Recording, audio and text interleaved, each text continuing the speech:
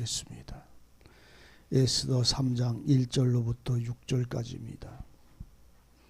같이 읽습니다. 시작. 그 후에 아하수에로 왕이 아각 사람 함무다다의 아들 하만이 지위를 높이 올려 모든 함께 있는 대신 위에 두니 대궐문에 있는 왕의 모든 신복이 다 왕의 명대로 하만에게 꿇어 절하되 모르드게는 꿇지도 아니하고 절하지도 아니하니 대궐문에 있는 왕의 신복이 모르드게에게 이르되 너는 어찌하여 왕의 명령을 거역하느냐 하고 날마다 권하되 모르드게가 듣지 아니하고 자기는 유다인임을 고하였더니 저희가 모르드게의 일이 어찌 되나 보고자 하여 하만에게 고하였더라. 하만이 모르드게가 꿇지도 아니하고 절하지도 아니함을 보고 심히 노하더니 저희가 모르드게의 민족을 하만에게 고한 고로 하만이 모르드게만 죽이는 것이 경하다 하고 아하수에로의 온 나라에 있는 유다인 곧 모르드게의 민족을 다 멸하고자 하더라. 아멘. 아멘. 예, 이 3장의 말씀은 말 그대로 하나님 여호와의 대적들에 대한 그 싸움을 우리에게 보여줍니다. 항상 드리는 말씀이지만 우리는 예전에 어떤 한 사건에 대하여 역사적인 그 하나님의 일들을 성경이라고, 저는 그 전에 그걸 참 이해를 못했어요. 그 뒤에 그거 좀 끄세요, 권사님. 안 추우시죠? 예. 성경을 이렇게 보면서 왜 이런 많은 이 글들이 이렇게 많이 기록을 했을까? 왜 이게 무슨 하나님하고 무슨 관계가 내 신앙하고 있을까? 하나님이 그때의 그 사람들에게 은혜를 베풀어 주신 것인데 오늘 그 은혜를 베풀어 주신 것하고 나하고 무엇이 있는가라고 하는 이 관계성에 대해서 너무나 생소했어요. 참말로. 그러니까 남의 나라 얘기고 남의 역사 얘기인데 그걸 왜 이렇게 자세하게 적었나 하면서도 그때 이해한 거는 하나님이 그때도 이렇게 은혜를 베풀었으니까 우리도 이렇게 은혜를 주신다고 그때 은혜 베푼 걸 보라고 그러시는 거구나, 알려주시는 거구나 라고 하는 하나의 역사적인 어떤 사실을 아는 것으로 그렇게 이제 전부 이해하고 지나갔어요. 그런데 나중에 보면 이것이 오늘날에 와서 이 말씀을 보면 전부 우리에게 지금 주어진 현실 속에서의 신앙의 싸움이에요. 네네. 우리는 이것이 나하고 이 하나님의 말씀이 오늘날에 나랑 접목이 되지 못하면 그냥 이건 아무 얘기, 남의 얘기 듣는 얘기가 되고 말지요. 왜냐하면 하나님은 전에 계시고 그 다음에 지금도 계시고 그리고 나중에도 그 하나님이요. 그러니까 그때도 창조 때도 하나님이고 지금 나와 함께 하시는 이도 하나님이고 세상의 종말 때에도 그 하나님이지 하나님이 다른 하나님이 될 수가 없는 거예요. 그러면 그 안에 시작과 끝, 알파와 오메가라고 하는 시작과 끝 속에 지금 살고 있는 이것은 시대적인 역사 속에 우리가 사는 것을 말하지 말고 신앙 가운데 살아가는 자신을 만날 수밖에 없어야 되는 것입니다. 역사의 시간 속에서 우리가 만나면 그거는 논리가 되고 말지요. 그런데 우리는 그 역사 속에서 우리가 신앙을 사는 게 아니라 지금 그 말씀이 이 모든 66권의 말씀이 지금 나에게 주어진 하나님과 동행하는 모든 말씀의 은혜요, 능력이고 지혜요, 또 하나님의 사랑이심을 이걸 발견해야 하는 것이에요. 그래서 우리는 어떤 사람에게 이런 말씀하고 어떤 사람을 이렇게 고쳤다라고 할 수가 있어요. 성경은 그게 말씀하니까. 근데 그게 그 사람 전부가 누구를 지칭하느냐 하면 나 자신을 지칭하고 있는 것이에요. 7교회는 한 교회고 한 교회는 7교회예요. 우리는 이 비밀의 은혜를 잘 아셔야 합니다. 창세기로부터 시작해서 주님이 오시는 날까지는 모두 7교회에게 다 포함이 되어져 있는 거예요. 그 안에 14만 4천이 있는 것이고 그 안에 흰옷 입은 모든 무리들이 그 안에 다 들어있는 것이요. 그 때문에 하나님의 구원은 유대인에게서 구원은 나왔지만 구원은 유대인을 아브라함의 자손들로부터 아브라함으로부터 시작해서 구원이 시작이 돼서 우리에게 알게 하시는 믿음의 의로 사는 신앙을 시작했지만 유대인에게서 나왔지만 유대인이라고 하는 그 논리를 하나님이 왜 유대인을 왜 이 하나님은 선택하셨을까요? 이유는 하나예요. 세상에서 가장 작은 민족이에요. 세상에서 가장 작은 가장 조그만 민족을 가장 크고 세상에서 가장 으뜸이 되게 하셨어요. 그러니까 낮은 자를 높이시는 것과 같이 가장 작은 민족을 가장 강력한 민족으로 만들었다 이런 말입니다. 그러니까는 로마적이 로마 교회에게 또 마태복음에서도 주님 하는 말이 구원은 누구에게서 나왔다? 유대인에게서 나왔다 그럽니다. 구원은 유대인으로부터 말미암는다 이렇게 해요. 유대인이라는 말은 내내 아브라함의 자손들을 지칭하는 말이에요. 이 말을 이 유대인을 놓고 성경은 히브리인이라는 말로도 사용을 합니다. 히브리 사람. 그러면 이 이스라엘 아브라함의 자손이 유대인인데 이 유대인들이 그 가나안 땅에 들어갔을 때에 그 아브라함의 자손들을 보고 히브리인이라고 그럽니다. 유대인이라고 그럽니다. 그럼 왜 그 히브리인이라고 하냐면 강 저편에서 온 사람들 이런 뜻이에요. 강 건너온 사람들이라는 말입니다. 그러니까 이 히브리인은 누가 불렀냐면 이방인들이 부른 거예요. 가나안 족속들이 이 아브라함들의 그 자식들을 보고 유대인, 강 건너온 자, 히브리인이라고 이렇게 표현을 했더라 이런 말입니다. 거기서부터 하나님은 구원을 나타내셨어요.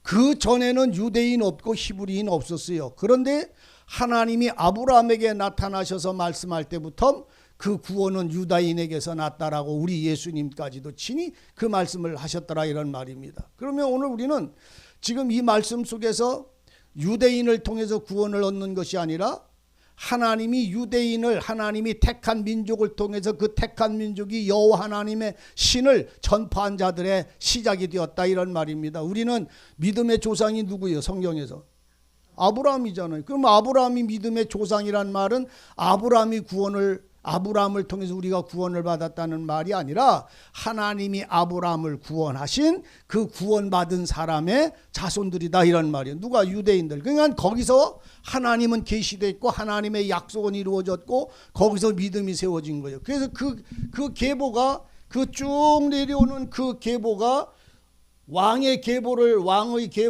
표현을 할 때는 왕의 족보를 말할 때는 마태복음서부터 말을 해요.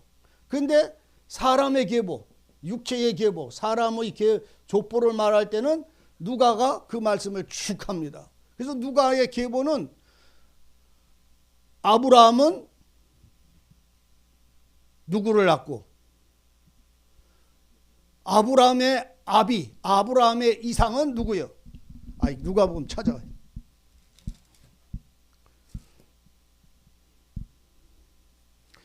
누가복음 찾아가면 나옵니다. 누가복음 3장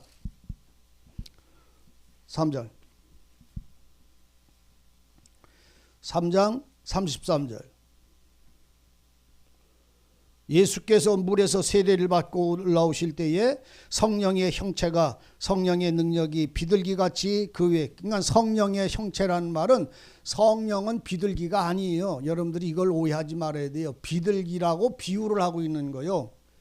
그럼 왜 하나님은 성령을 비둘기로 표현을 하느냐 하면 그 성령의 비둘기라고 하는 그 비둘기는 기쁨의 소식을 전하는 생명의 소식을 전하는 그리고 오직 눈은 두 개인데 하나밖에 보지 못하는 물체를 하나밖에 보지 못하는 그 짐승의 그 새의 비유 바람과 같이 성령으로 비유를 하기 때문에 비둘기를 성령으로 비유를 하고 있는 거예요. 그래서 성령이 비둘기같이 그 위에 강림하실 때에 하늘에서 나는 너는 내 기뻐하는 자요 기뻐하는 아들이라고 사랑하는 아들이라고 말씀을 하고 나서는 그분이 누구의 후손이느냐라고 하는 것을 23절서부터 쭉 올라가는 거예요. 예수께서 가르치심을 시작할 때 나이가 몇 살이라? 왜 30살이라고? 누가복음 3장 지금 23절이잖아요. 예수께서 가르치심을 복음을 선포할 때 이 말이에요. 선포할 때에 그러니까 마태복음 보면은 감람산에 올라가셔서 주님이 복음을 선포할 때에 그때에 선포할 때 나이가 몇 살이라? 30세쯤이에요. 왜 30세냐? 제사장은 30세부터 시작을 하는 거예요. 하나님 앞에서. 그래서 30세라는 표현을 쓰는 거예요. 그러니까 오늘 제사장은 이스라엘의 장정은 군사로 나갈 수 있는 장정은 20살서부터 50살까지지만 제사장은 30살서부터 50살까지임을 여러분들은 이걸 알아야 합니다. 그래서 주님은 제사장으로서의 일을 하시기 위해서 30세의 이름을 말씀을 하는 거예요. 사람들이 아는 대로 이는 요셉의 아들이다. 요셉의 이상은 헬리요, 그 이상은 맏다시요, 그 이상은 레위요, 그 이상은 멜기요, 그 이상은 얀나요, 그 이상은 요셉이요 하고 쭉 올라가서 또 올라가서 보면 어디까지 이것이 올라가냐면 에녹에서 올라가서 그 이상은 에노스요, 그 이상은 셋이요, 그 이상은 아담이요, 그 이상은 하나님이라. 그럼 하나님이 뭐를 여러분 어떤 분이 그 질문을 해서 여러분들은 그런 오해를 안 하려고 스알 저기 보세요. 요셉의 이상은 헬리오라고 할 때 이상이라는 게 무슨 뜻이요? 라고 이렇게 표현을 하시는 물어보는 분이 있어요. 모자르는 게 아니잖아요. 그 모르는 걸 물어보는 거니까. 그러니까 요셉의 이상은 누구요? 라고 할 때 이상이라는 표현은 아버지는 이 말이요. 조상은 이 말입니다. 이상이란 말은 윗대는 누구냐 이 말이요. 이상.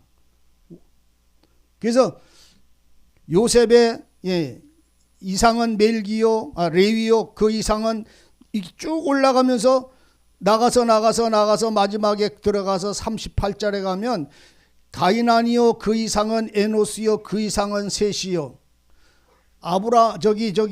누구냐? 아담에게 아들이 몇이 있었어요? 셋 있는데 그 중에 하나님의 약속의 계보가 내려간 사람은 누구요? 셈과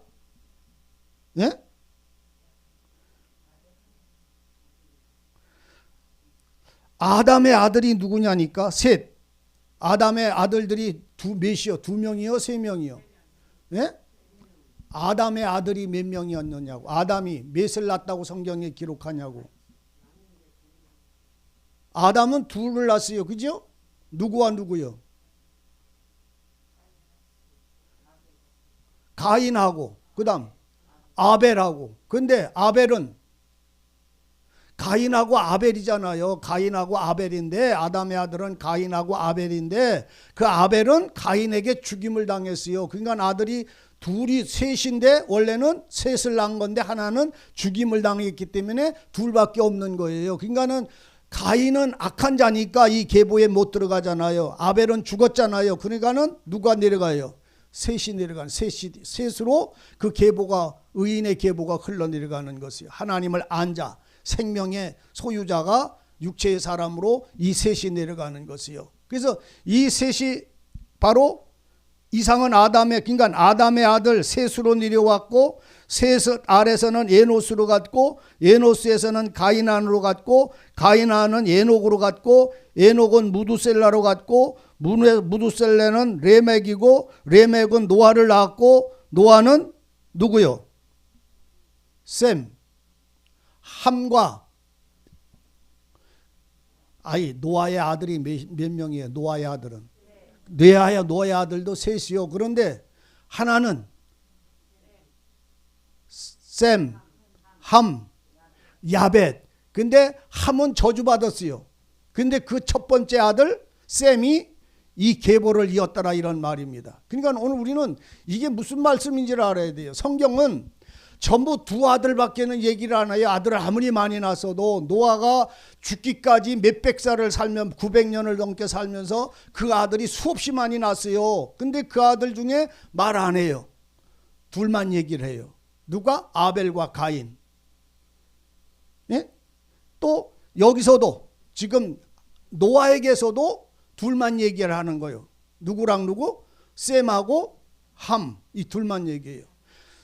아니 셈하고 여기 지금 셈하고 저기 저주받은 함밖에는 얘기를 안 하잖아요. 누구요? 그러니까 노아가 아들을 셋을 낳았어도 하나님 앞에 이름이 기록되어지는 건 언제든지 둘이라는 말이요. 하나는 악인이고 하나는 의인으로 이렇게 표현이 되어진다 이런 말이요. 그러니까는 이 아브라함도 아들을 낳았잖아요. 아들을 여럿이 낳았어요. 아브라함도. 그런데 아브라함의 아들 중에서도 이름이 몇 명만 성경에 그 길을 얘기를 하냐면 하나는 누구요? 이스마엘. 또 하나는 이삭. 둘밖에 얘기를 안 해요. 아무리 많이 있어도. 또 이삭도 아들을 많이 낳았어요. 그런데 몇 밖에 이름이 안 올라오냐면 둘밖에 이름이 안 올라와요. 누구랑 누구? 에서와 야곱 둘밖에 안 나오잖아요. 근데 야곱은 아들을 몇 명 낳았어요? 12명을 낳았어요. 민족 속으로 12명을 낳았는데 그 야곱에서의 밑으로 내려오는 아들의 기업은 여기에서 요셉으로 밖에는 내려오질 않아요. 의미를 이해하세요? 그러니까 하나님은 왜 이렇게 두 사람의 이름에 대해서 얘기하냐면 하나는 육에 속한 자고 하나는 영에 속한 자를 언제든지 표시를 하기 위해서 빛과 어둠, 어둠과 빛, 생명 있는 자와 없는 자, 표면적 종교인이나 신앙의 사람들이 아무리 많아도 그 사람들이 구원을 받았어도 하나님은 빛과 어둠을 나누듯이 이 둘밖에는 나누질 않는다는 사실을 우리는 그걸 이해를 하셔야 이 말씀 속에서 볼 수가 있어요. 그래서 우리는 그 육체로 나아진 육체의 계보로 쭉 올라가서 아담서부터 또 아담서부터 내려와서 예수님까지 올 때에 여러분들 보세요. 성경에 우리는 그 말씀을 여러분들이 이해를 하시겠지만 성경에는 하나님이 아들을 준 자들이 성경에 그냥 여자들이 셋이 나와요. 하나는 마리아, 하나는 사라. 아이를 낳지 못하는 여자 이름 중에 셋이 나와요. 하나는 엘리사벳. 아시잖아요. 엘리사벳은 누구의 아들이에요? 누구의 여자예요? 엘리사벳은 사가랴의 여인이에요. 사가랴. 엘리사벳은 사가랴의 아내라고. 예? 예? 예. 아니 지금 한나도 아기를 못 낳는데 한나 자신을 지금 말하고 있는 게 아니라 지금 뭘 말씀하려는 거예요. 사라도 아이 낳는데 이 사라는 남편이 있는 여자예요, 없는 여자예요? 사라는 남편이 누구요? 아브라함이에요. 아브라함이에요. 근데 여러분들 보세요. 마리아는 남편이 있어요, 없어요? 없어. 왜? 요셉 있잖아요. 남편이 요셉. 근데 이 요셉은 남편이 마리아의 남편이 아닐 때 하나님이 이 여인에게 말씀을 했어요. 그러니까 이 여자는 처녀가 잉태예요. 그래서 하나님의 사자는 마리아에게 말씀을 했어요. 친히 여인아 너는 하늘의 복을 받은 자다. 내게 아들이 있으리라. 이렇게 말씀을 했어요. 그런데 사라에게는 하나님이 말씀해야 안 했어요. 네? 하나님은 사라에게 말 안 해요. 누구에게 말해요? 아브라함에게 말했어요. 네 사라, 네 아내 사라로 너의 아들을 낳게 해주리라. 어떻게 늙었는데 나요? 여호와 하나님은 능치 못하심이 없는 자다.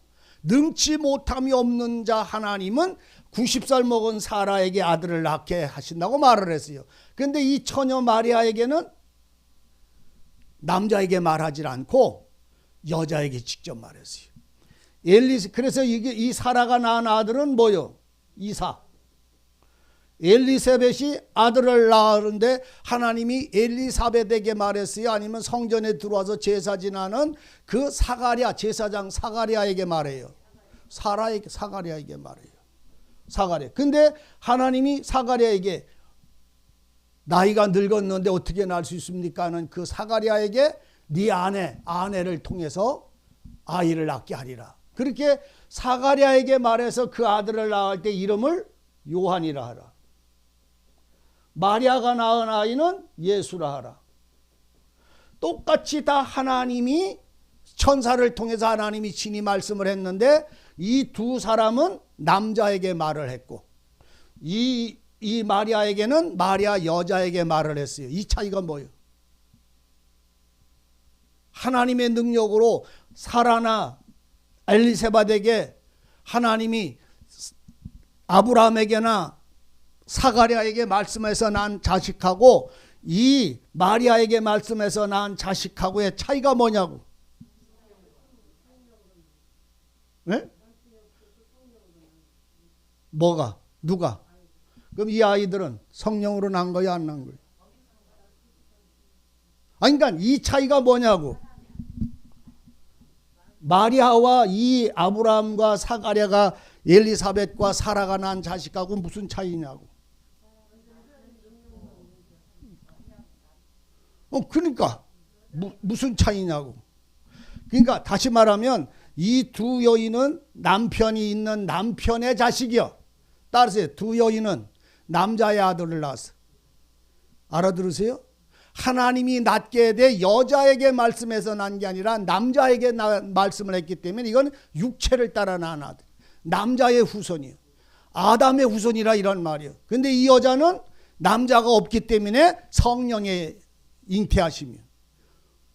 이해되세요? 그래서 여자에게 친히 말씀을 해서 하나님이 낳은 아이는 영적 말씀이 육체가 돼서 우리 가운데 거하는 예수 외에 모든 여자가 죽은 태에서 난 여자들은 전부 남자를 통해서 낳기 때문에 육에 속한 자예요. 예수님만 육에 속한 자가 아니라 영에 속한 거예요. 그래서 이 여인 아브라함을 통해서 낳은 자는 남자의 자식이에요. 이 예수님은 여자의 후손이고 이삭은 남자의 후손이에요. 육에 속한 자예요. 이 요한도. 그래서 요한이 이 땅에서 이와 같이 큰 자가 아무도 없으리라. 하나님이 가장 큰 자로 많은 사람들을 하나님께로 인도할 자라고 말하고 앞서 오실 예수의 주인의 앞잡이가 되리라고 하는 이 엘리사벳이 낳은 요한도 여자의 후손이라고 남자의 후손이라고. 육에 속한 자의 남자의 후손이에요. 그래서 예수로가 아니면 이들은 성령의 생명을 얻을 수가 없는 거예요. 이걸 잘 이해해. 왜 제가 이 말씀을 드리냐면 그래서 누가복음은 전부 여자의 이름을 들어가지 아니하고 전부 뭐로 나와요? 남자의 이름으로 나와. 그럼 여러분들 조금 아까 우리 저기 집사님이 한나, 그죠? 또 한나 말고 또 여자가 또 있어요. 생각이 안 나요? 한나 말고 여자가 또 하나가 있다고. 여자 하나가. 이런 여자가 애 못 낳아서 눈물을 흘리며 슬펐던 여자. 룻이 룻. 예? 한나도 아이가 없어서 울 때에 하나님은 그에게 성전에 올라가서 울 때에 하나님은 그 여인에게 아들을 주었어요. 예? 예? 요셉의 엄마가 누구예요? 예? 누구요?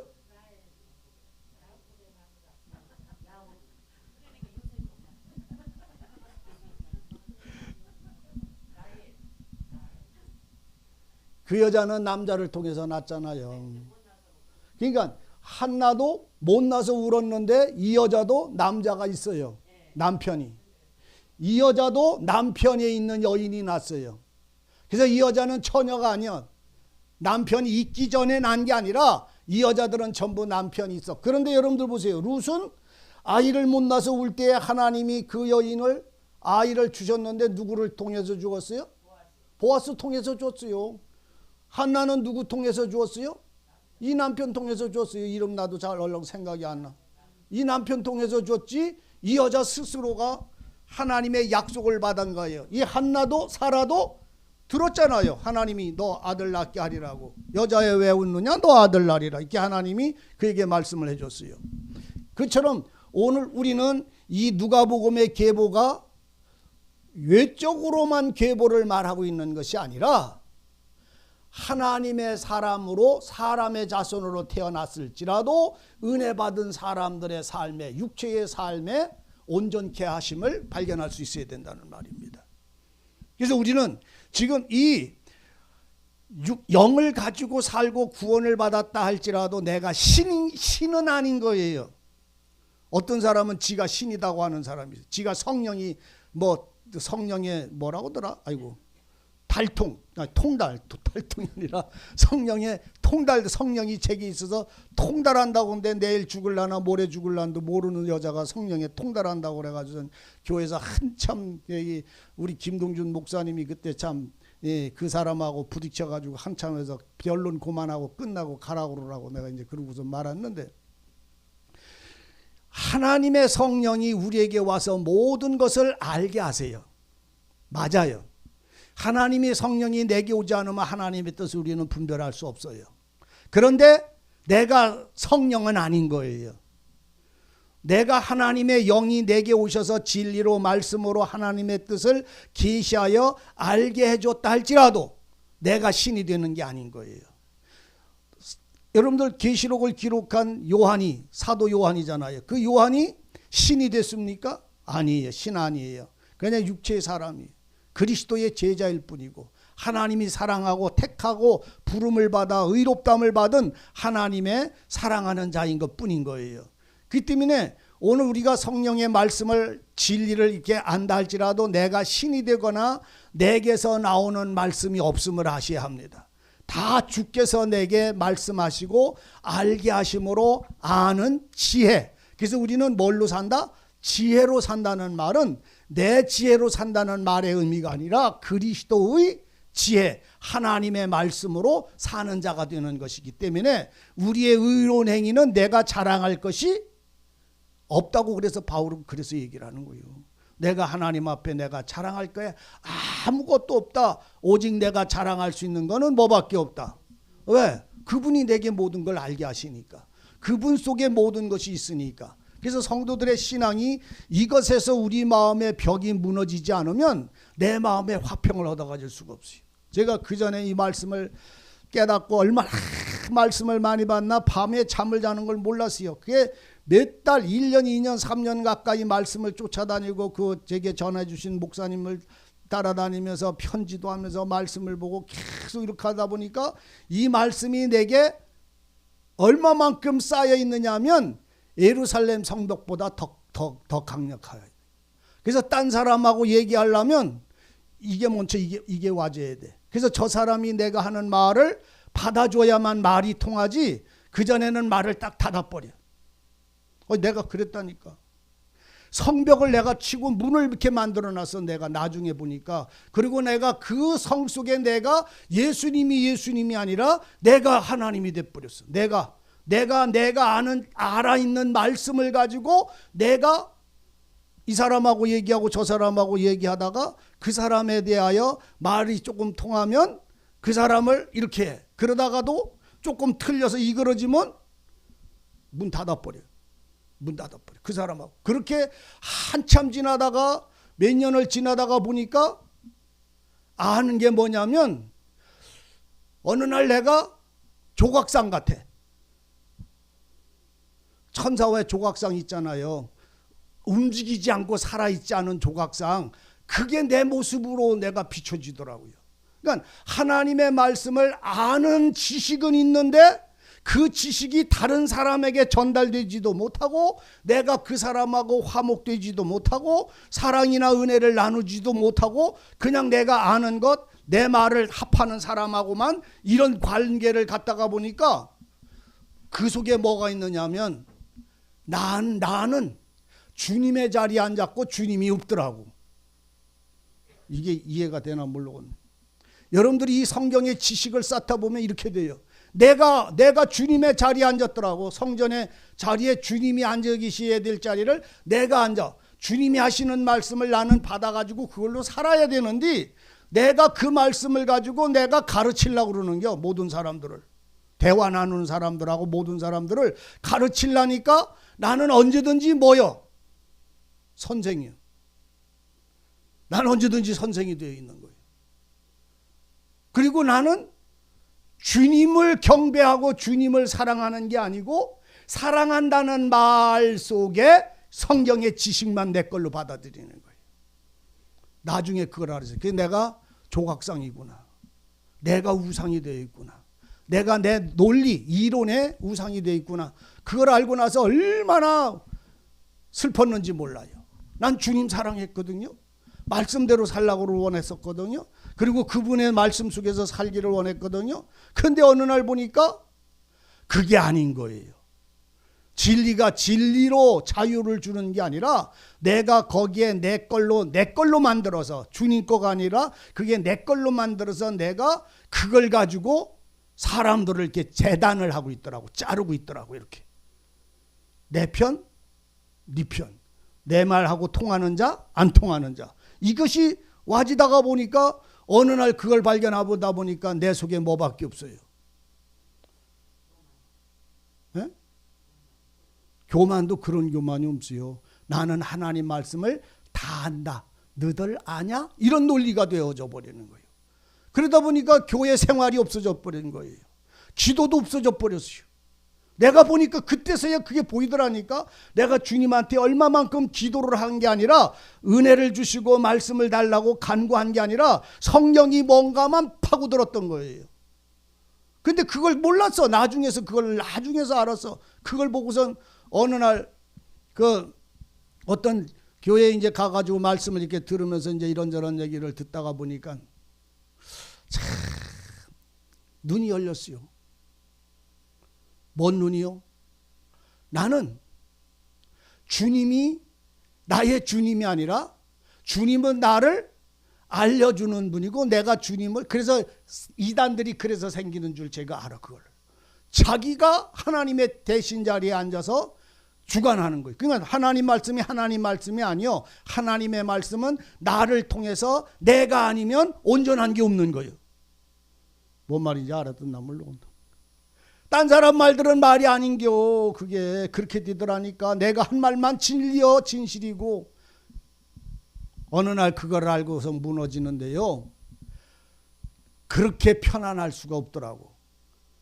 그 문이 열리는 게 아니라 그 성벽이 나를 위해서 내 성경, 내 말씀, 내 하나님, 나라는 것이 무너지고 나니까 그렇게 화평스럽게 없더라고. 그래서 보니까 그때서야 교회에 쓰레기가 보이고 화장실이 더러운 게 보이고 그제서야 저 사람을 보고 불쌍히 여기는 마음이 조금씩 생기는 것 같고 그제서야 내가 내 삶이 그 말씀을 따라 사라지는 생활 속에 이렇게 엮여지더라고. 근데 그게 병 들었다가 조금씩 낫는 사람이 움직이는 거 있잖아요. 이렇게 움직여서 조금씩 손가락을 이렇게 주워오던 사람이 요만한 거 짊어지고 하듯이 그렇게 그 마음이나 삶이 조금씩 풀어지더라고. 내 마음에 주님 앞에 돌아가서 무릎 꿇고 우는 게 뭔지를 알겠더라고. 눈물이 흐르는 게 뭔지를 알겠더라고. 그제서야 몇 년 동안 그 논리에 사로잡혀서 살았어요. 오늘 성경은 우리에게 논리를, 지식을, 이론을 가르치려고 있는 게 아니라 우리의 마음의 은혜를 통해서 하나님을 통해서 살아가는 생활을 주시는 거예요. 생활을 주시는 거예요. 그래서 내가 가진 것을 무너뜨리면 아무것도 남는 게 아니라 예수님이 남아요. 내 안에 주님이 남는다니까. 아유, 참말로 이걸 알아야 정말 아시기를 바랍니다. 내 안에 주님이 살아있기를. 내 지식이나 내 이론이나 내 말, 내가 아는 이것이 나라는 존재가 하나님이 돼서 살아있는 것이 아니라 주님이 주님으로 내 안에 살아계심의 평안, 은혜, 이것이 내 속에 임재가 되니까 얼굴이 바뀌고. 왜 바뀌어? 속이 편안하니까. 그전에는 누군가 싸워야 되는 게 이게. 누군가를 잡아가지고 멱살을 잡아서 꼼짝 못하게. 그래서 네 말이 옳다 이거 만들어 놓으려고. 당신이 아는 지혜가 말씀이 최고다 이거를 하려고 그렇게 원하지 않았는데 내 마음의 한 구석에는 그게 있는 거예요. 인정받기를 원하는 거.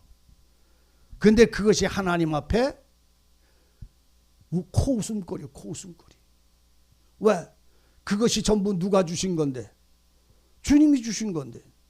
내게 알게 하셔서 내가 아는 건데. 그게 내 거가 아닌데 주님이 주신 은혜인데 은혜가 은혜에 살아있는 그 말씀이 되어 있지를 못하더라 말이요. 성벽을 무너뜨려야 됩니다. 여러분들이 성경을 아는 지식을 무너뜨리면 주님이 나의 그냥 지식이 돼요. 내가 아는 말씀이 내 능력이 되는 게 아니라 예수님이 그냥 능력이 되는 거예요. 여러분들이 아는 지식과 성경의 논리를 파시기 바랍니다. 여러분도 알잖아요. 칼빈이 기독교 강요를 썼고 구원론을 썼고 의회론을 썼어요. 그 칼빈의 목사님이 얼마나 엄청난 그 지혜와 지식이 성경적에서 다 나온 거예요. 기독교 강요를 여러분들이 보면 성경을 아는 사람들은 기독교 강요 칼빈이 쓴 걸 보면요. 성경에서 한마디도 이탈된 게 없어요. 전부 그 중심으로 그 모든 강론을 글을 썼어요. 구원론 가서 보세요. 의인론 가서 보세요. 얼마나 정확하게 성경을 기록했는지 몰라요. 벌코프 같은 그 신학자 그 목사님이 써놓은 그 조직 신학 같은 걸 보면요. 성경에 조금도 이탈된 게 없어요. 그런데 그 말씀 가지고는 구원을 못 받아요. 칼빈이 아무리 구원론을 써놨어도 그걸 보고 구원받는 자 아무도 없어요. 왜? 그건 이론이니까. 알아들으셔야 합니다. 그 사람이 아무리 말을 아름답게 전해도 그 사람의 그 구원론 가지고 구원받으면 그건 칼빈이 구원시키는 거니까.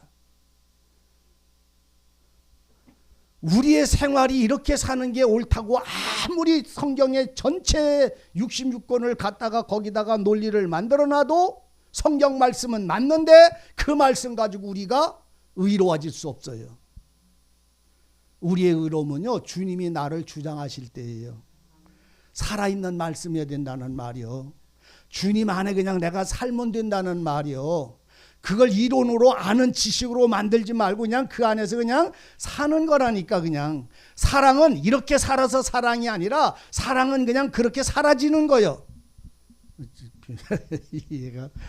여러분들 어떤 사람을 사랑하려면 여러분들 사랑할 때에 내가 저 인간을 요래서 사랑해야 된다라고 여러분들은 계획표를 세워놓고 그게 맞으면 사랑해요? 아니면 그냥 나도 모르게 어느 날 마음이 싹 끌려서 안 보면은 보고 싶고 또 보고 싶고, 그 전에 드라마 그런 게 또 보고 이런 드라마가 있었는데, 보고 싶으면 또 보고 하는 이것이 마음에 자기도 모르게 사로잡혀서 한 번이라도 얼굴을 보고 싶은 마음이 와서 그것이 사랑이라고 하는 이름을 갖게 되는 거잖아요.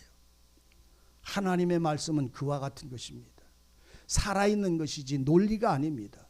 성령의 거룩한 생활도 오늘 우리들이 하루하루 살아가는 이 삶의 신앙도 마찬가지. 악한 영이 여러분들 눈에 보입니까?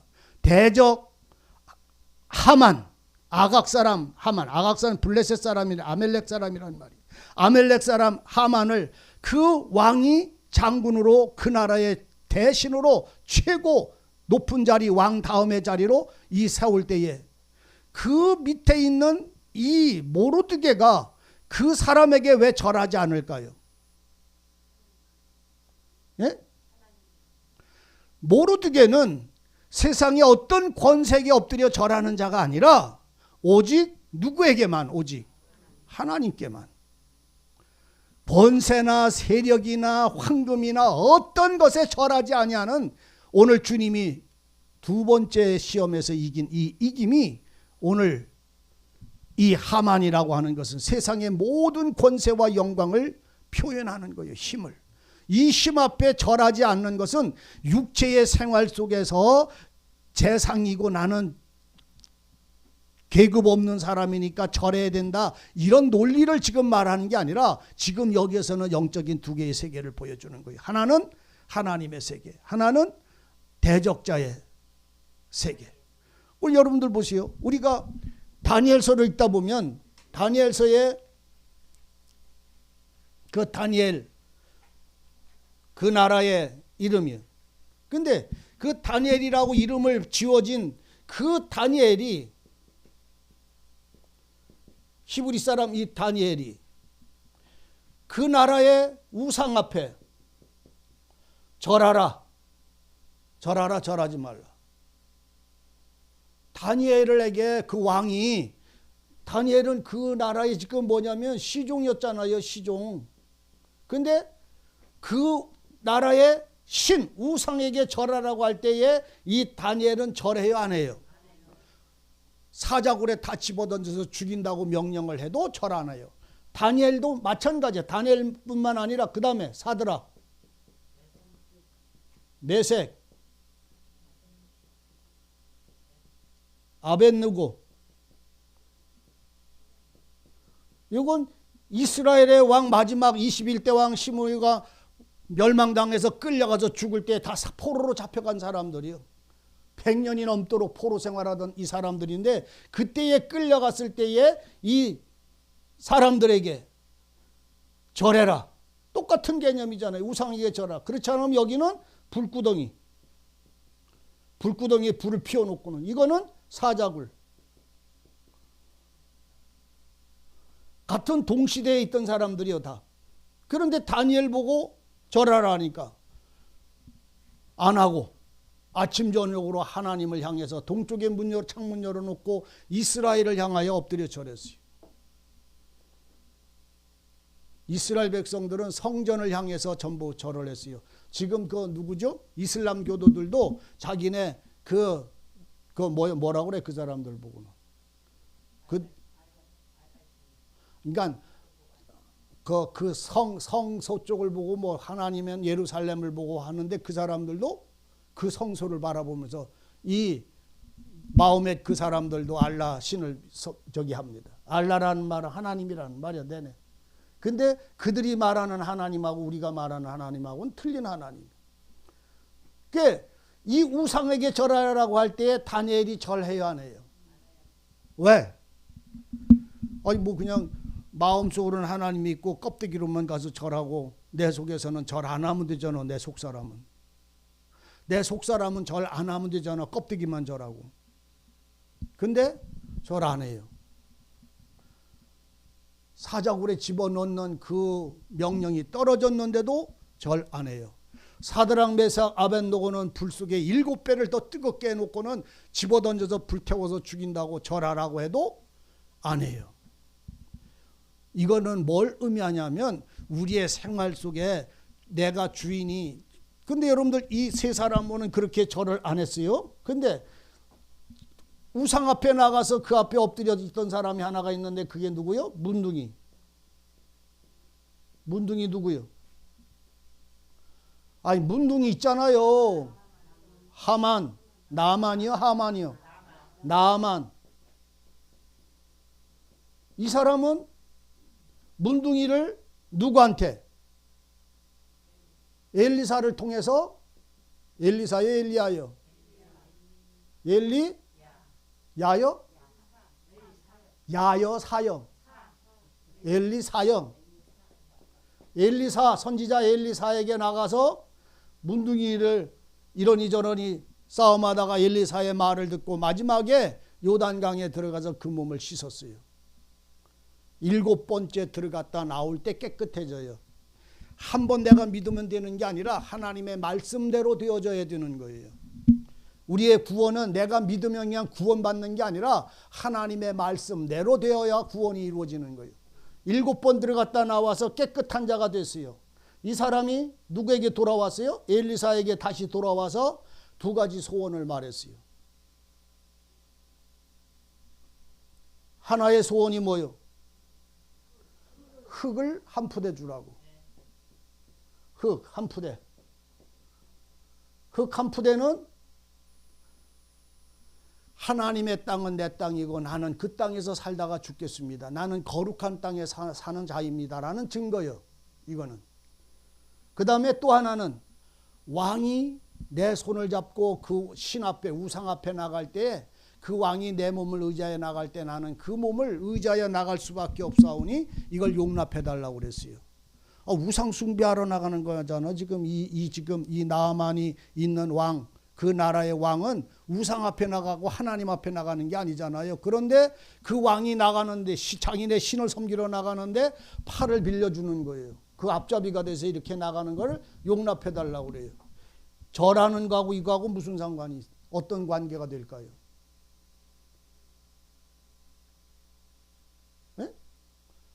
아니 나만이 치료를 받았어요. 깨끗해졌어요. 여호와의 신이 나의 신이 됐고 이제 온전함을 됐고 그 흙을 한 푸대에 져서 자기가 사는 집에다가 두고 자기 있는 땅은 그 땅의 나라가 아니라 이스라엘 나라 가운데서 자기는 살겠노라고 거룩한 땅에 섰어요. 이 사람은.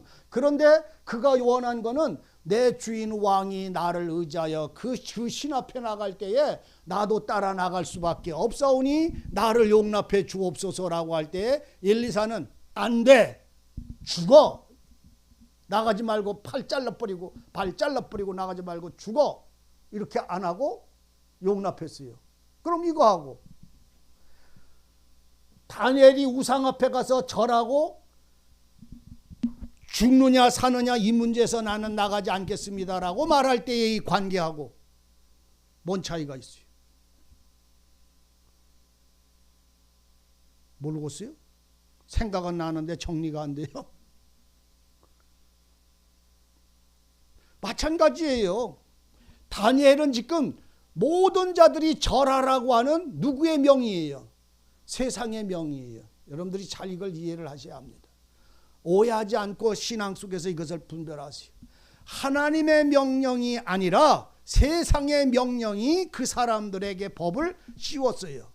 그럴 때에 그거는 사탄이 예수님을 높은 그 산꼭대기에다가 올려다 놓고 세상 만국의 영광을 보여주면서 나한테 절하면 이걸 너에게 주리라.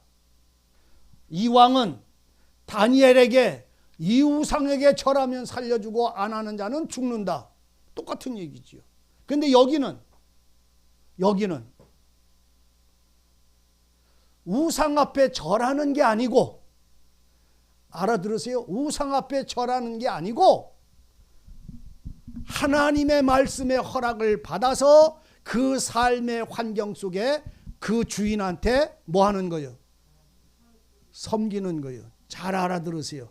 오늘 우리가 복음서를 읽다 보면요, 너희의 주인을 뭐 해라? 너희의 주인을 공경하고 주인을 뭐 하라? 섬겨라. 이렇게 표현을 합니다. 뭔 말씀인지 이해를 하시기를 바랍니다. 여기는 신앙 앞에서 세상에, 다시 말하면 이거는 세상의 힘, 우상의 힘이 나한테 절 안 하면 죽인다고 하는 법이 되어져 있는 거고, 여기는 나는 우상 앞에 가서 절하는 게 아니고, 우상 앞에 가서 절하는 게 아니라 그 절하 나가는 왕의 종으로, 군대 장관으로 있기 때문에 그 삶을 안 할 수가 없사오니 용납해 주시기를 원했던 거예요. 핑계자를 잡는 것이 아니라 말씀의 관계가 다르다고, 방향이. 예? 사드락 메삭 아벳느고 보고도 자기 신에게 절해라. 그렇지 않으면 죽으리라. 누가 선포한 말이요? 세상의 왕이 선포한 것이고, 여기는 문둥이 나아만은 청하였던 거예요. 하나님의 은혜와 긍휼을 원했던 거예요. 우리가 구원을, 한마디 물어봐요. 구원을 받으면 우리의 생활은 어디에서만 살아야 돼? 구원받은 사람들은 어디서만 살아야 돼? 성전에서만 살고 만나만 먹어야 되고 신령한 말씀만 먹어야 되고, 근데 육신의 양식 먹어 안 먹어? 내가 허물도 먹어 안 먹어? 먹지 말라고 하는 것도 먹고 모자라는 것도 먹고, 모르는 거는 범할 수도 있고 아는 것도 내 연약함에 범할 수가 있어. 이 생활의 관점 속에서 이 나아만은 바라볼 수 있어야 합니다. 안 돼요? 통과가 안 돼? 안 되면 할 수 없는 게. 이 사람들은 영적 관계에 완전히 죽음이냐 생명이냐의, 빛이냐 어둠이냐의 관계에서 나누어져야 되는 것입니다. 그러니까 그에게 입맞추고 종로로 타라는 것이고, 저기는 내 삶에서 주님을 따라가면서도 내 연약함으로 인하여 그 생활이 얽매일 때에 그것을 하나님은 용납하시는 삶을 말하고 있는 것이에요. 그래서 오늘 성도들의 신앙은 이 둘 중에 하나가 우리들 생활 속에 날마다 벌어져 있어요. 그 전에 저기 6.25 때 걷던 여러분들도 그런 소리 들었을 거예요. 이북에서 내려온 어떤 목사님의 한 분이 서울에서 만났는데 다른 목사들은 다 죽었어. 근데 그 목사님은 죽은 줄 알았더니 살아있어. 어떻게 살았나 보니까 조그만 교회에 있는 사람들 앞에다가 예수님의 얼굴에 있는 그 사진을 갖다 놓고 이건 예수가 아니다. 여기다가 침 뱉고 발로 밟고 가는 사람은 살려주고 안 밟고 침 안 받고 안 지나가는 사람은 죽는다. 그래서 하나씩 지나가게 하는데 다 침을 뱉고 다 발로 밟고 이렇게 지나가더래. 근데 어떤 목사님 한 분이 거기 와가지고서는 그 사진을 보고선 무릎을 꿇고 그 발적 흙두덩이에다가 침투성이 된 그 사진을 자기의 옷자락으로 닦으며 품에 울고 울더라는 거예요. 그러니까 거기 있던 장교 하나가 그 사람 목을 낚아채가지고서는 산속으로 끌고 들어갔어요. 이거는 아주 그냥 쌍빨갱이니까 살려둬서는 안 된다고. 반동 부르주아는 살려둬서는 안 된다고. 이건 내가 특별히 처리해버리겠다고.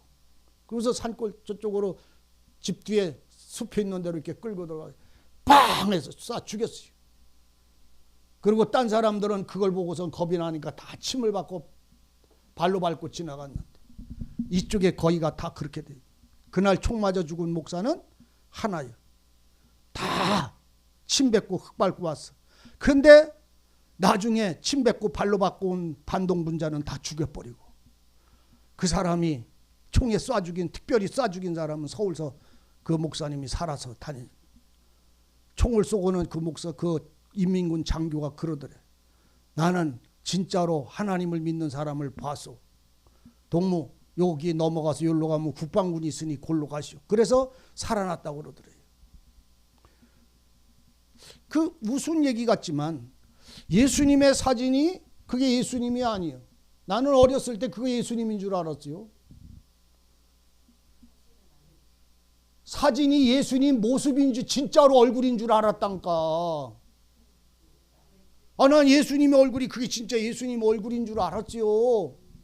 나중에 청년이 돼가지고선 그게 예수님의 실제 얼굴이 아니라는 걸 알았지. 생일도 없다는 걸 나중에 알았지. 생일이 난 있는 줄 알았어. 12월 25일. 근데 12월 25일도 생일도 아니더라고. 세상에 그분이 태어난 날을 기록이 없더라고 보니까. 출생이 불분명이야. 근데 그분의 얼굴이 사진이 그분이 예수님의 진짜 얼굴이 아닐지라도 그 환경에서는 목숨을 내놓고 이와 같은 일들이 벌어져야 되는 것입니다. 이해되세요? 생활 속에서는 우리가 실수도 있고 연약함도 있고 얽매인 환경에 어쩔 수 없이 이렇게 할 수밖에 없는 그 삶 속에 우리는 연약함을 하나님께 토로하고 위로를 받고 힘을 얻지만 이 생명의 자리에 들어와서는 두 길을 갈 수가 없는 거예요. 그래서 나만이 한 그 생활과 이 다니엘과 사드락 메삭 아벳노고의 이 삶이 다른 길임을 여러분들은 아셔야 합니다. 그래서 첫 번째는 이 생명의 일들이 여러분들에게서 선택되어져야 됩니다. 그러면 하나님의 말씀을 내 걸로 만들지 마십시오. 그냥 다 무너뜨리고 그냥 그 말씀으로 그냥 사십시오. 그냥 살아. 그냥 살아. 그냥 아이고 네 편 내 편 따지지 말고 그냥 살아. 그냥 지발 좀 그냥 살자고. 그냥 네 편 내 편 따지지 말고 그냥 살아. 그냥. 근데 그게 왜 안 되느냐 하면 내가 아는 것을 놓기가 어렵기 때문에 어느 날 하나님이 이걸 열어 보여주셔야 비로소 그 이론에서 그 바벨탑에서 내가 자유를 얻을 수가 있어요. 따라하세요. 바벨탑이 무너져야 자유를 얻는다. 여러분들 이걸 이해하셔야 합니다. 그러니까 내가 아는 성경에서 내가 벗어나려면 내가 아는 성경은 무너져야 돼. 그리고 전부 내가 아는 건 다 누구 거로? 주님 거로 이렇게 넘겨드려야 됩니다. 주님 거로 넘겨놓으면 나는 참 편안한데 내게 그 도서관을 만들려니까 그렇게 어려운 거예요. 내게 도서관 만들지 말고 도서관이 누구요? 주님이요. 그러니까 주님 안으로 들어가서 살아서 필요할 때마다 꺼내서 봐. 그냥 필요할 때마다. 꺼내서 살아. 이 은혜가 우리에게 채워지게 되면 성경이 더 이렇게 넓게 열려버립니다. 나는 다 났는데 성경이 얼마나 넓은지 모릅니다. 창세기부터 계시록까지 한 마음에 다 보입니다. 근데 내가 쌓아놓은 거는 이게 안 넘어가요. 언제든지 칸칸이 다 틀려서 감옥 같은 칸칸이 다 그 속에 들어앉아 버려요. 그래서 66권이 방이 여러분들 속에 들어앉았어요. 근데 예수 이것이 다 무너지면 전부 그냥 한 칸에 다 있어서 여러분들 속에 다 저절로 열어집니다. 그냥 사는 거요. 여러분들 낮 가운데 아침서부터 저녁까지 살 때 여러분들은 그냥 낮에 삽니까? 아니면 시간 속에 삽니까? 예? 저기 뭐 우문현답하려고 그러는 게 아니라 아침에 해 뜨서부터 해 넘어갈 땐 낮에 살아요? 아니면 시간 속에서 살아요? 그냥 낮에 살아. 근데 그 낮 시간이 몇 시쯤이냐 그거 알아보는 것이지 몇 시가 낮이 되는 게 아니라 말이요. 이해되시기를 바랍니다. 자, 그래서 우리는 이 에스더에가에서 지금 3장에서 말씀을 하고 있는 이 진실에 대한 이 은혜의 비밀이 오늘 우리에게서 뭔지를 알기를 진실로 원한다면 지금 이 에스더에서 나오고 또한 에스더에서 말씀을 하고 있는 이 신앙의 이 하만, 이 하만이라고 하는 것은 모든 유대인들과 모든 하나님의 구원받은 자와의 대적입니다. 이건 어둠의 세력이에요. 그런데 하나님은 왕은 이 하만을 왜 높일까요? 여러분들 보세요. 그 마태복음에 보면 사단이 예수님을 산꼭대기에 올려다 놓고 세상 영광을 다 보여주면서 하는 말이 뭔지 아세요? 몰라요?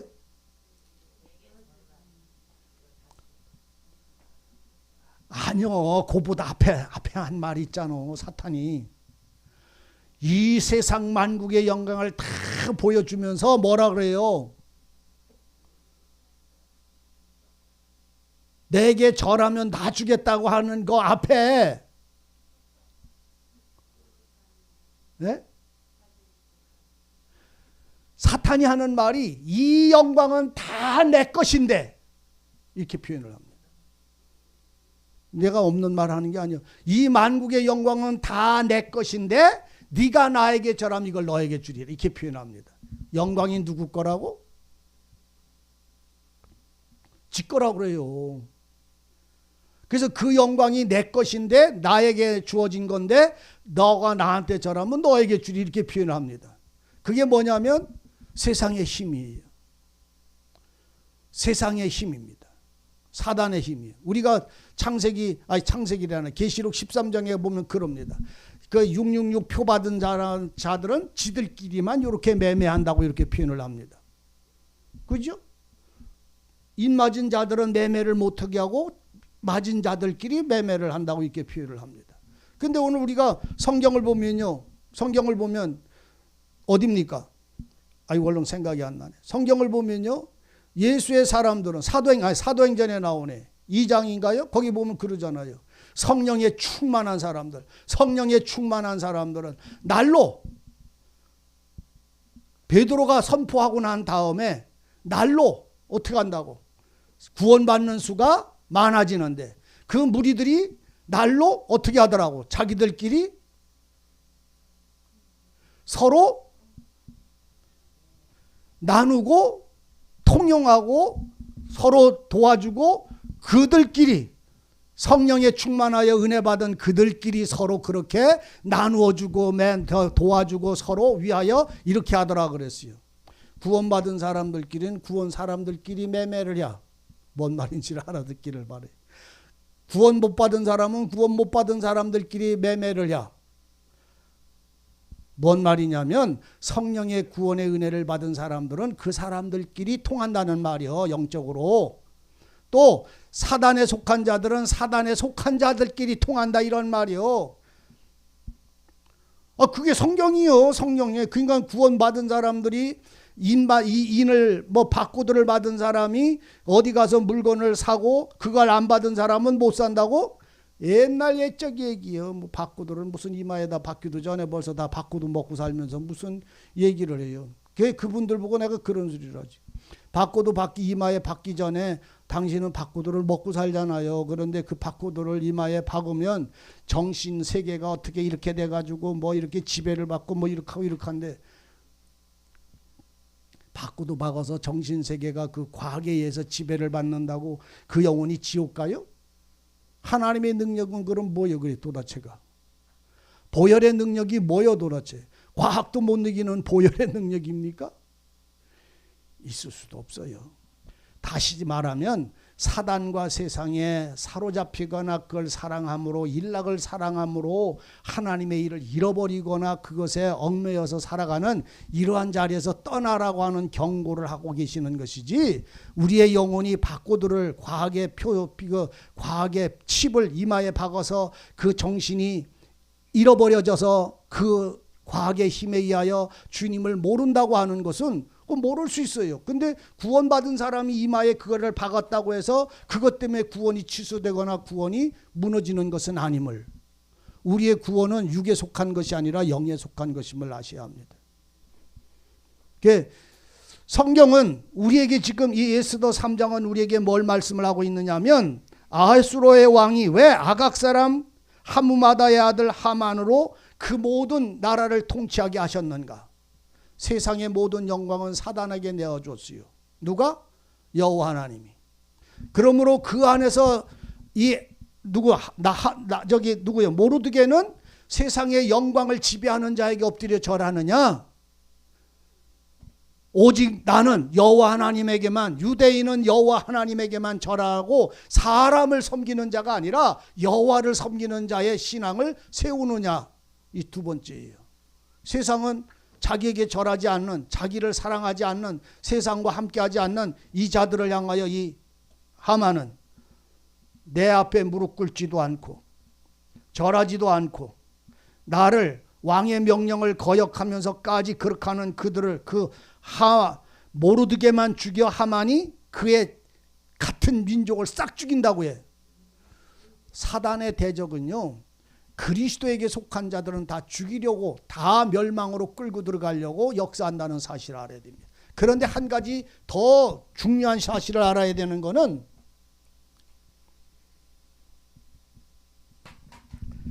하만이 죽이기로 정했어.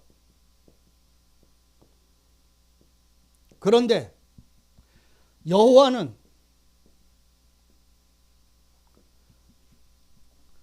하만이 죽이기로 정한다면 그 유대인들은 다 멸망돼야 돼요, 안 돼야 돼요? 멸망돼야 돼요. 그런데 이거를 주관하시는, 섭리하시는 하나님이 누구요? 여호와예요. 여호와예요. 사단이 여호와의 허락이 없이는 그 일을 행할 수가 없어요. 다시 한 가지 얘기를 드리면, 죄가 우리를 죽이지 못해요. 죄가 우리를 죽이지 못한다고. 뭐가 우리를 죽이냐면 율법이, 다시 말해서 하나님의 말씀, 공법이 우리를 죽이는 거예요. 그래서 하나님의 이 죄는 우리를 미혹하는 거예요. 하만은 하나님의 사람들을 미혹하는 거예요. 자기에게 절하도록. 조건이 뭐냐면 죽인다고 하는 것이지요. 영광이지요. 재물이지요. 그것을 말합니다.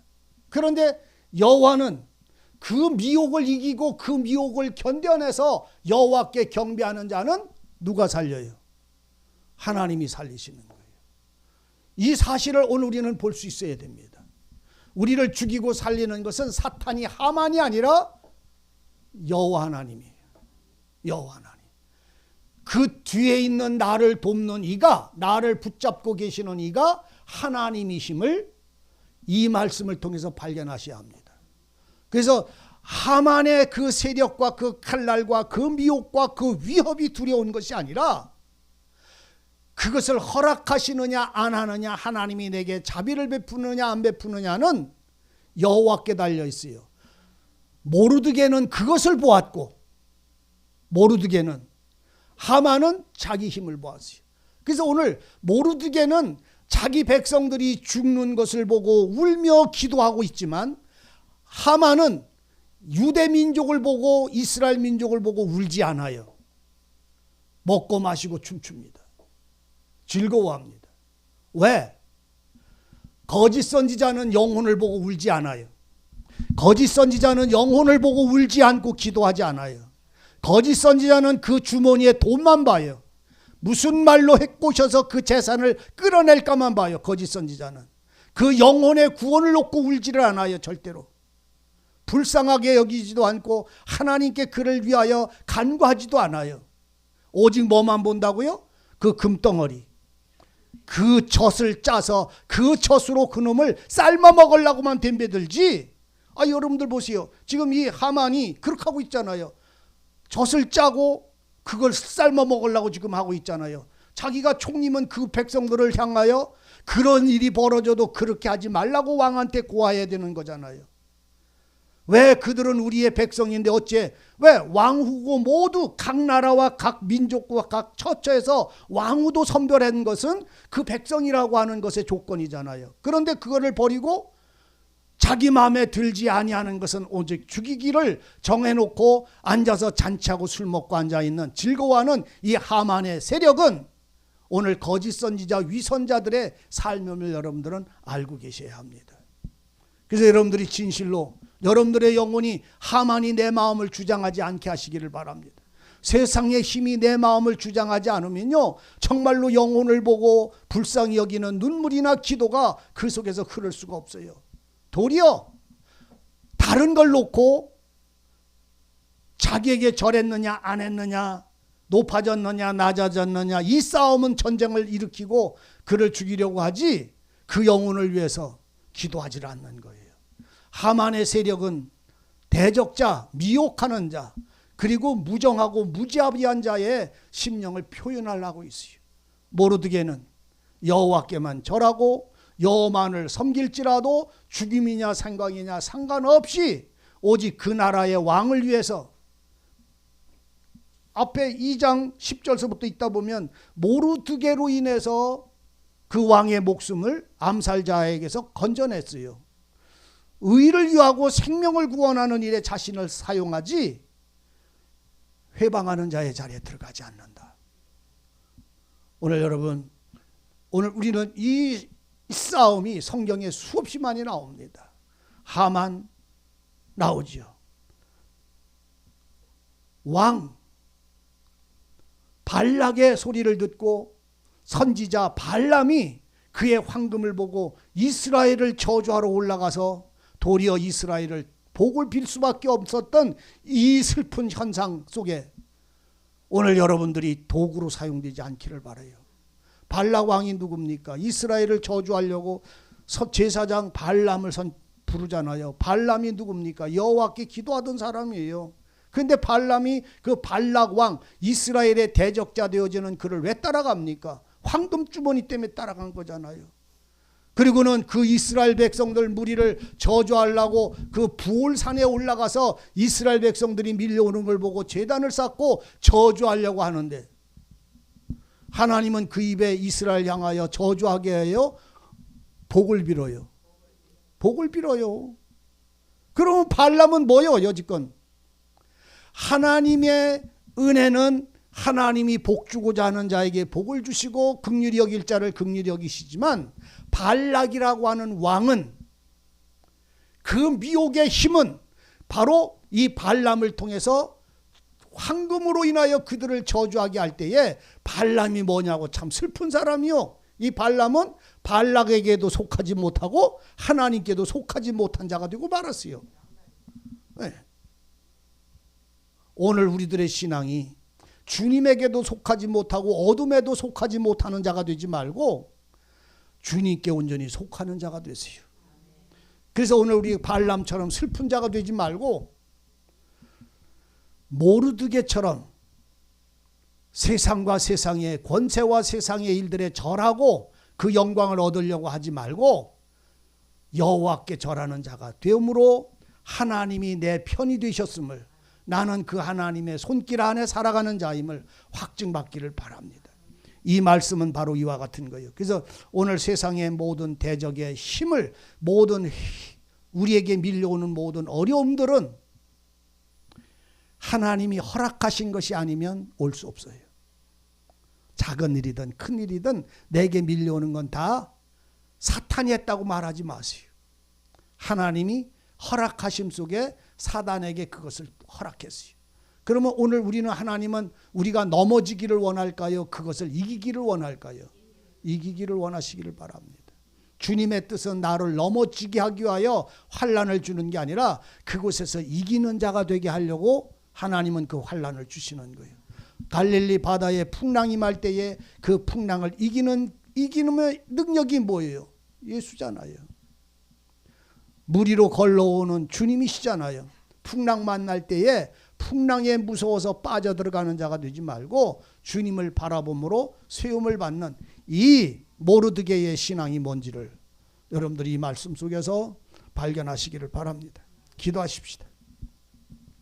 은혜의 하나님, 악한 영들이 우리를 정하여 핍박하고 공격할지라도 그 모든 권세를 이기게 하시며 모든 세력을 멸하시는 이는 주님이신 줄을 우리로 알게 하여 주시기를 원하고 누리게 하여 주시기를 원합니다. 오직 하나님 손에 우리가 맡겨진 자가 되어 주님을 기뻐하는 신앙의 삶을 덧입게 하여 주옵소서. 예수님의 이름으로 기도하옵나이다. 아멘.